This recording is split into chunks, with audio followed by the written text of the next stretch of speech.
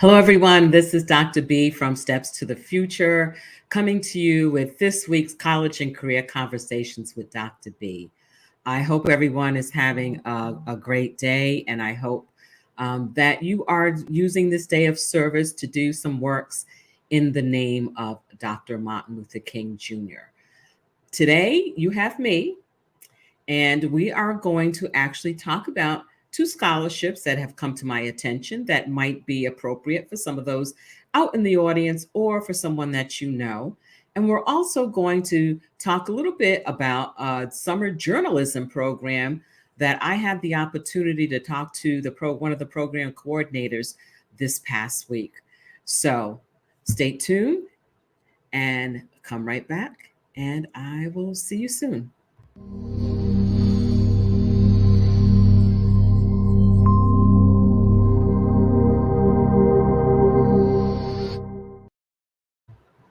So, hey, Dr. B back here. So, one of the things I wanted to do today is just to give you some information on some opportunities that may help someone out there pay for college and also help someone get started on their career pathway. So, I am going to share my screen with you. You know, that's always interesting, sharing screens. So let me make sure I have this all set up right. So we're going to talk about the Doodle for Google Scholarship, Lockheed Martin STEM Scholarship, and also Princeton Summer Journalism Program. But before we begin, I would be remiss if I did not say happy birthday to some folks that were born on January 17th. First of all, I'd like to say happy birthday to my heartbeat number 2, whose birthday it is today. I can't believe my child is getting up in age, because it's like, I'm not that old, am I? I'd also like to say a shout out and a happy birthday to my forever First Lady, Michelle Obama. Today is also her birthday. And happy birthday to the greatest of all time. I mean, Muhammad Ali, it just doesn't get any better than Muhammad Ali. So again, happy birthday to him. And happy heavenly birthday. And happy heavenly birthday to Betty White, who is the nation's favorite animal lover. I mean, you can't help but love Betty White and all of the sessions in the Golden Girls and the Mary Tyler Moore Show and all the other TV shows, movies, and what have you that we had the opportunity to enjoy over all of those years. So, Betty, thank you so much for all those years of entertaining us. And to all of the folks pictured there again, happy birthday, either here on earth or there in heaven. So, thank you so much. So, let's move on. And again, if you have any questions, please, throw your comments in there, because I don't want to just be sitting here talking to myself. Hey, Kim Lifton, how are you? Yes, Kim said, rest in peace, Betty. Definitely rest in power. We love you. Deb Franklin says, thank you, Betty. She did give us so much joy, so much to smile about, so much to be entertained for. I was rooting for her to make it to 100, but you know what? She sat there. She just continued to make all of us happy. So thank you. So let's go. So Kim says, she's sitting on the couch with her. So that is so true. That is so true. So let's go over here. And let's kind of look at this next slide. I have to do slides. Like sometimes, it may be boring for people. I need something to help me stay focused on what I'm doing, because if not, I'm going to be like all over the place. So having these slides actually helps keep me focused. But again, as I said, if you have any comments, like to throw something in there, I'd love to hear it. So this is one of those scholarships that's open to students in grades K through 12. So make sure you share this with people, students of all ages. So this is the Doodle for Google Scholarship.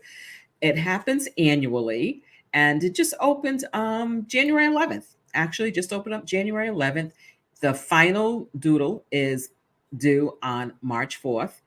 And as you can see, it's been divided up into grades. So we have K through 3, 4 and 5, 6 and 7, 8, 9, and then grades 10 through 12. The national winner of the Doodle for Google will win a $30,000 college scholarship, a $50,000 tech package for either their school or a nonprofit organization that they're working with. And their artwork will be displayed on google.com for 24 hours.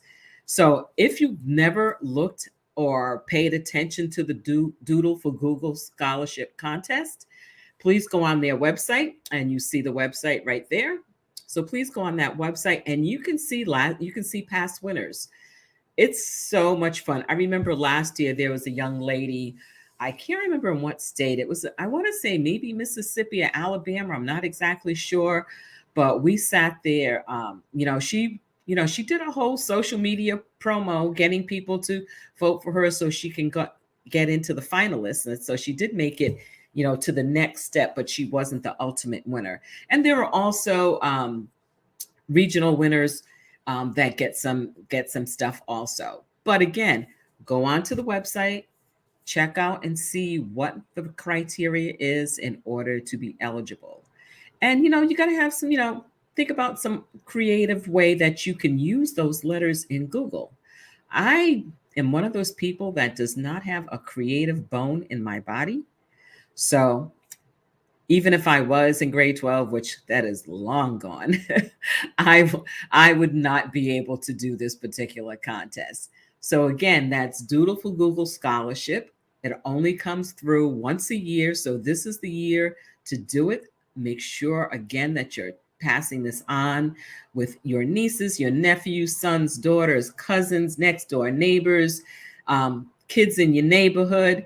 Make sure that they know about this, because you might be surprised to see what happens. So Kim, I love you so much. So Kim says, when I said I wasn't creative, she says, I make great posts in Canva. Yeah, but if Canva didn't have those wonderful templates, I wouldn't know where to get started on that. And I do love Canva. I kind of get carried away some days, but it's fun. But again, they have templates there, so that really helps me a lot. And actually, this Doodle for Google Scholarship template was made in Canva. So again, this was the Canva template. And I just, changed up the colors, changed up the fonts, added in a few more things, added in some other words. Just changed up a little bit. So you just need to use Canva. It's fun, Kim. I love the templates. They make it so much easier for me. So let's move on here. Let me make sure I'm getting this right. Oh, see, I hate when I do that. You always, I hate this thing when you always kind of hit the wrong thing. See, doing it twice in a row. Okay, here's another scholarship. For students that that are but that are going to major in engineering. Here is one from Lockheed Martin. It's a STEM scholarship. Now, it's important to know this is income-based. So you are required to send in the first 2 pages of your IRS 1040 form. But when you go on to this site, bit.ly/steps521, you will get all of the information that you need in order to see whether or not you are eligible or your student is eligible to apply for this scholarship. So deadline date's coming up in a few months. So you have some time to think about it. But don't put it off. I always tell my students, don't wait till the last minute to do what you can get done today. You know that you have some time, so go ahead and do it. So this scholarship is due on April 1st, and it's open to high school seniors, first-year college students, second-year college students, and third-year college students. You must have a GPA of 2.5 or above. So make sure you check that out.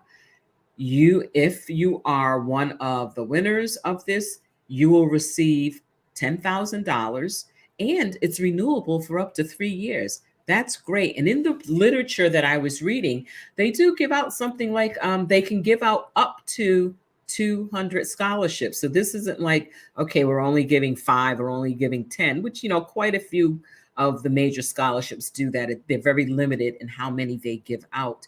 But however, this one with Lockheed Martin STEM scholarship, in the literature, it did say up to 200 scholarships. $10,000, excuse me, $10,000 renewable for up to 3 years. So I need to take a little drink here. This is my great counselor cup. This is really cute. Counselor, nutritional facts, serving size, one awesome counselor. Yes, here we go. Hardworking, 100%. Unrivaled skill, 500%. Oh, actually, hardworking says 1,000%. Excuse me. Passion, there goes that P word again, 100%. Caring, 300%. Sleep, 0%. Ooh, somebody knows my life. And caffeine, 110%. Not a significant source of gratitude received. Percent daily values are based upon your unique diet. So these are the nutritional facts for an awesome counselor. So I love this cup.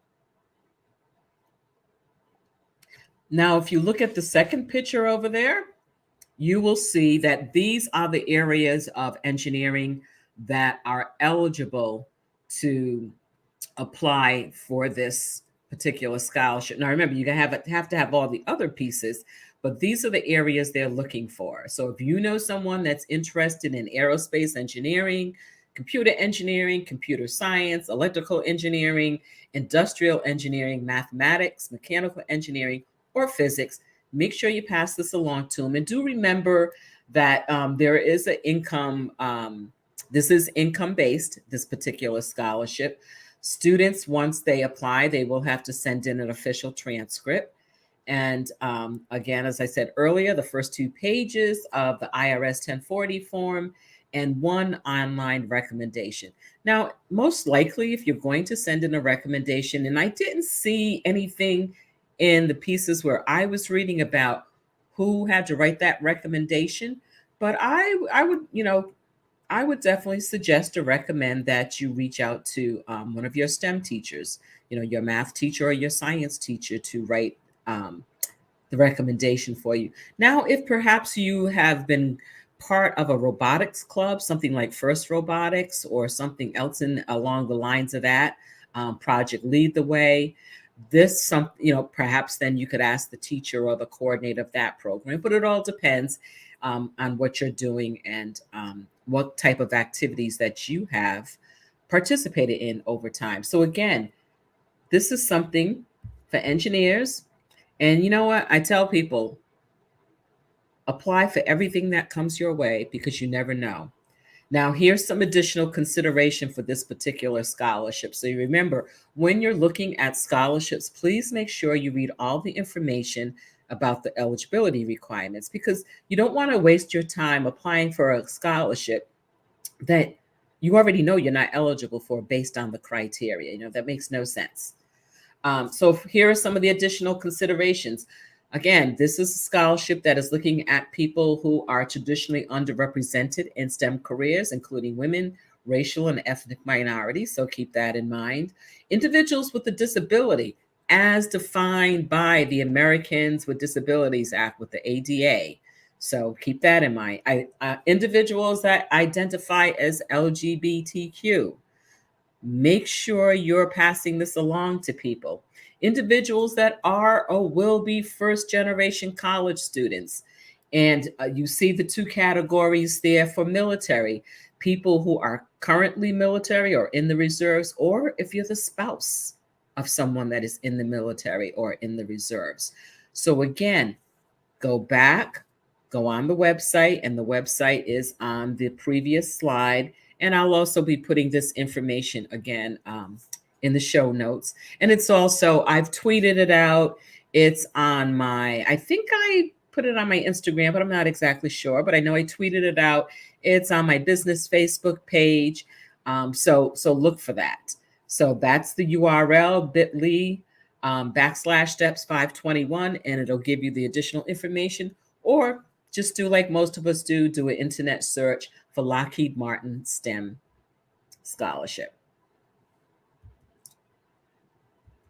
So here's one. So this week, one of the things I love to do is go to webinars, learn more information about particular programs or schools that are out there. So I saw this notice in my email about an 8:30 in the morning presentation on the Princeton Summer Journalism Program. And every now and then, this journalism program comes to my attention. And I just haven't taken the time to go to the website and read. So I always like to hear from people who actually work in the programs if I have an opportunity to do so. So I had just finished my walk. Those of you that know me know that I along with my cousin, we do a little over 4 miles walk on the Cape Fear River Trail in the morning. It's kind of chilly the day that we did this, and we're like, pretty bundled up in like 3 or 4 layers. But anyway, the walk took a little bit longer, and I got here right as it was getting ready to start. So I said, "Oh, I'm not going to bother putting on the camera because there'll be other people there. I'm just going to just go ahead and keep the camera off." And I was the only one there, so I thought it would be a little rude if I did not turn on my camera. I had such a great conversation with Taisha Tiff, who is the person that runs this program. So let me just give you a little background. I'm not going to give you a lot of information because I really want people to go on the website and do a deep dive and find out more about this. So this is geared for juniors. So that means right now you have to be in your junior year of high school. That means you will be in June, you will be a rising senior. And I'll tell you why that's important after I go through some of the other stuff. You have to have at least a 3.5 GPA unweighted. That means they're not looking at honors classes. They're not looking at AP classes, IB classes, dual enrollment, or anything that you may get extra points for. But you do need a 3.5 GPA unweighted. Now, when we were talking, Taisha said they want people to have an interest in journalism. Now, does that mean that you have to know that you want to be a journalist for sure? No, but it does mean that you have to have a serious interest in writing and in that level of writing. And one of the reasons that they do require you to have at least a 3.5 GPA is because of the way this program is structured. Like, first of all, they don't want to be coming in teaching people basic skills around literacy or around, how to learn. A 3.5 hopefully might indicate, well, it all depends on your school, whether or not it's a rigorous curriculum. But again, they want students coming in who have the ability to learn, ability to follow directions. This program is, again, income based. When you put together all of the income that members of that particular family make, they do not want you making, the limit is $60,000, which isn't a lot. But unfortunately, in these United States of America, we do have families that are trying to make a go of it on $60,000 a year or less. So one of the questions, and it's also answered on their website. So one of the questions that Taisha and other members of this program get asked a lot is, why is there a cost to this program? First of all, there isn't a cost to this program. That's why it's important for them to know what your income is in your family. And the reason they do that is because those of us that are in the college counseling world, whether we're public school counselors, private school counselors, independent counselors, or people working in admissions, we know that these summer programs, quite a few of these summer programs, are pretty costly. And not everybody can come up with, $500, $1,000, $3,000, $6,000 or more for some of these summer programs. So with that in mind, they wanted to create a program that they could offer to students and their families at no cost to the families. And that's what this program is. So one of the questions that Taisha said they get asked sometimes is, well, how much can I just pay you so my student can come there? No, you cannot pay to come to this program. This program is for low income students. Okay. They work with the students on transportation, on everything that's necessary for them to be able to come to this program.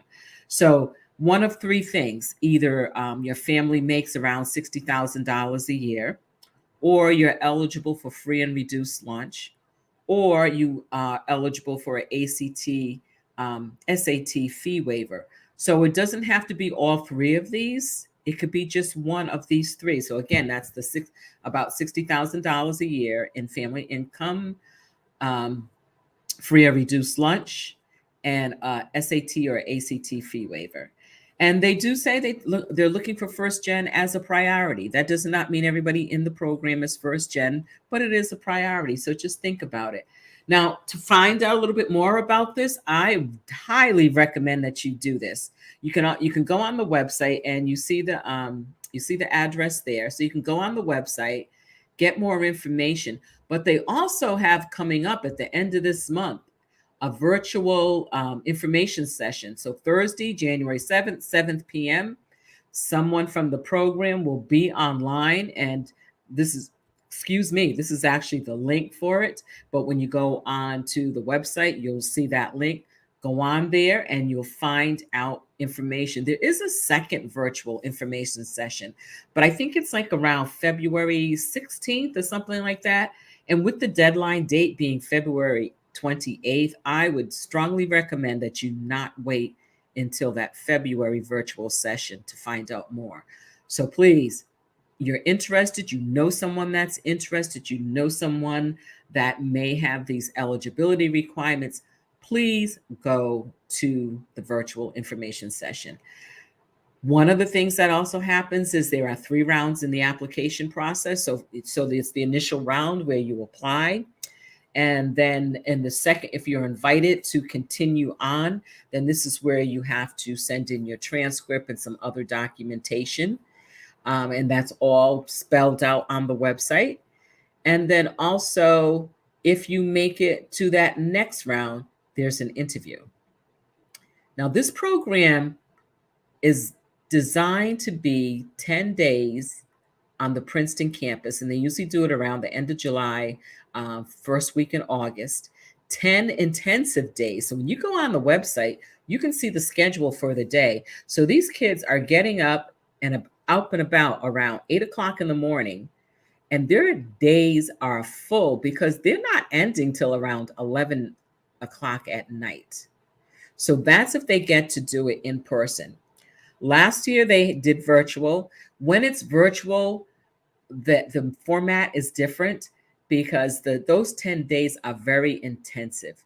And you cannot ask students to be on a computer from 8 in the morning till 11 o'clock at night. So the virtual format is over a period of 5 weeks. So they spread it out. So if you do apply to this program and you're accepted, please know that you need to commit to either one of the formats that's offered. So if it's the virtual, then you need to be available for those 5 weeks. If it's the in-person, you need to be available for those 10 days. One of the things that they do, the culmination, is that all of the students are learning about all types of journalism. And the culmination is that they're actually doing throughout the time that they are there, as they are writing a newsletter, a newspaper, a student newspaper. This, the URL that I just put up there, and it's also, you can go on the website and find it.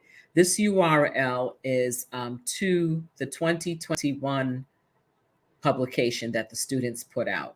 It's so good. When you go in and you see the people that they get to meet, the type of activities that they do. So this isn't, let's just go hang out and write a little bit. This is some serious work.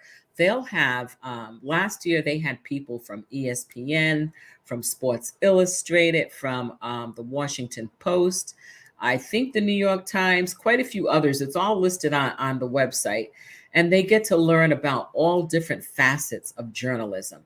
So again, if you know someone that thinks they would like to be a journalist, they're working on their school newspaper, their school yearbook, or something like that, or they're really strong in creative writing, this might be an opportunity for that student. So please make sure you let them know about it. And let's see, what do we have here next? Okay. College fairs. Because, because we're still in this ongoing pandemic and things are still a little crazy, NACAC is still continuing with virtual college fairs. There are some in-person college fairs. So when you go onto the NACAC college fair sites website, you will see those 6 locations that right now are planning to offer an in-person college fair. But for now, these are the virtual college fairs, and you see one is coming up the end of this month. And so there's 2 and 3 in February and 3 in April. Those people that are interested in performing arts, visual arts, all those creative things, all those people that are going to be doing that Doodle for Google scholarship application. There's a Performing and Visual Arts College Fair on February 8th. And then February 24th is dedicated to STEM careers. So again, or STEM programs. So again, make sure you take a screenshot of this. This will also be on my business Facebook page. It'll also be on my YouTube channel. So you'll be able to go back and look at this presentation. Please make sure you sign up for college fair. They're free. You just go to register and it gives you the URL here where you go to register. So you just go and register and just participate, and you can do it with your camera off, your camera on, but it's a great way to learn about colleges. So this will be something for, because seniors are most seniors pretty much have their plans set in stone, but some seniors, hey, you may still need a few schools that you need to look at. So this is an opportunity for you. And then also for freshmen, sophomores, juniors, this is a great opportunity to learn more about the different colleges that are out there. Okay, let's move on to the next slide here. Now, you guys know me. I always got to do a book recommendation. This is so perfect for today. And I have the book too here. It's really good. So this book is called The Three Mothers: How the Mothers of Martin Luther King Jr., Malcolm X, and James Baldwin Shaped a Nation. Now, I know I probably mentioned this before because there are some books that I repeat, but I thought how appropriate to bring up this book on the day that we're celebrating Martin Luther King Jr. So think about it. These guys, when you read this book, you see how much of their mothers care and support and values affected who each of these men turned out to be. It is amazing. The other thing I would love for you to do, because I think it's just so inspiring when you get an opportunity to hear from the author of the book.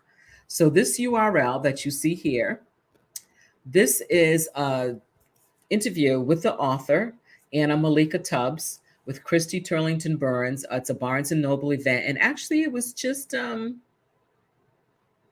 just did it for the first time. I think I want to say January 6th. So this is about a little over 30 minutes, maybe. So it's a great interview with the author of this book. Why she wrote this book, what made her decide to focus on the mother of these three civil rights icons, why it became so important to her. And it really is a personal story. And it actually has something to do with when she was writing her dissertation, but also around Black maternal health care, which is such a major issue in our country. So again, go on YouTube, find that interview with Malika Tubbs and Christy Turlington Burns for The Three Mothers. Great book. It really gives you so much information about the mothers and all the trials and tribulations that they had to go to. So Kim, you mentioned that there is before I go on to the last couple of slides, that there is a journalism program at Northwestern University. So tell me a little bit about that one. What do you know about that? Is it a summer program? Is it one that students have to pay for, or who is it geared for, this program at Northwestern University? Because I'd love to, also share that information with folks that are out there so that they know about it. So as you're typing in your comment about the program at Northwestern University, I'll move on to the next slide. Folks, I will be keeping you for a full hour tonight. This is just a taste of what's out there. So next week, I am thrilled to have as my guest Kim Shaw. Kim is a HR consultant and also a regional recruiter here in North Carolina. And what is so funny, Kim and I have been connected on LinkedIn for, I don't know, 2-3 years maybe, Kim. I'm not even sure now. It's been a while. We've never met. So it's really interesting. And in one of the chats, one of the chat conversations, she was talking about non-traditional college students. And by that, she meant people who went to college at a later age, instead of going right out of high school. So that was Kim's journey to college. So next week, she will be here to share that information with us and tell us about her college and career journey. So make sure you turn the mouth. Whew. Make sure you tune in next week, and while we hear from Kim Shaw. And last but not least here, if you'd like to contact me, that's my contact information there. You see my email, my website, which I need to do a few things to update some things on my website.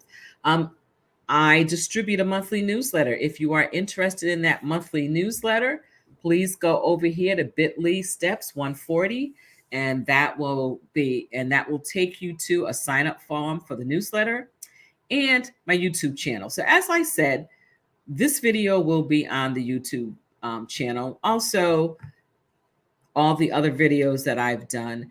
I'm working on a theme for some of the other videos that I'm going to put on the YouTube channel that you won't see on the Facebook page. It won't be part of these regular lives. So it will be something that I will be pre-recording. I'm just trying to make sure that the topic I'm thinking about is one that I really want to do. So again, I thank you so much for joining in this evening. It's always great to have people comment on things. Kim, thank you for being there. And Kim, I just signed up for your class, writing your essay. So I'm kind of thrilled. And I was talking to one of my colleagues, Kelly DeBriel, and Kelly also signed up. So you've got 2 new students coming your way. So folks, thank you. This is Dr. B from Steps to the Future, where our mission is to help families eliminate random acts of college planning. So we right now do have some openings in our caseload. So if you have someone 10th grade and above that is interested in college counseling, please send them my way. I'd look forward to working with your student. Again, Dr. B, Steps to the Future. Everyone have a fantastic evening, and I will see you next Monday. Take care, everyone.